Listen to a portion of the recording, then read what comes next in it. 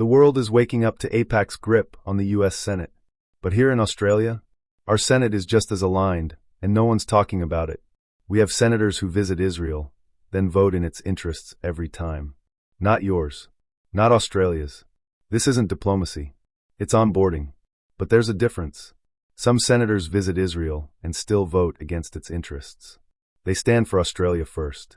They deserve respect. The rest? They need to be named, just like AIPAC-owned senators in the US.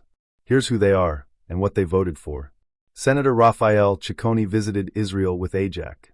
Voted for recognizing Jerusalem as Israel's capital, against UN ceasefire motions, for strengthening bilateral ties. Senator Maria Kovacic visited Israel. Voted for supporting Israel's right to defend itself, against motions condemning settlements, for increased cooperation. Senator Jackie Lambie visited Hobart Synagogue. Voted for condemning Hamas, against ceasefire calls, for expanding security ties. Senator Andrew McLaughlin visited Israel with AIPAC. Voted for rejecting UN criticism of Israel, for defending Israeli military actions, against Palestinian statehood recognition. Senator Jacinta Nampijinpa-Price visited Israel. Voted for condemning anti-Israel protests, for supporting Israeli sovereignty, against humanitarian motions for Gaza. Senator Deborah O'Neill visited Israel. Voted for strengthening diplomatic ties, against motions calling for restraint, for defending Israeli policy in UN forums. Senator Matthew O'Sullivan visited Israel.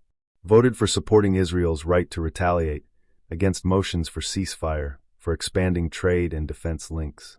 Senator Devanand Sharma visited Israel.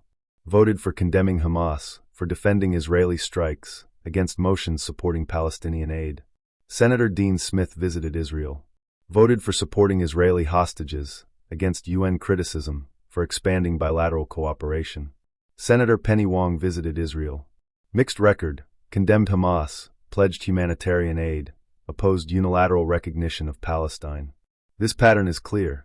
Visit, vote, align. These votes aren't about Australian interests. They're about foreign alignment. And it's time we called it out. Australia first. Not Tel Aviv. Not Washington. Canberra.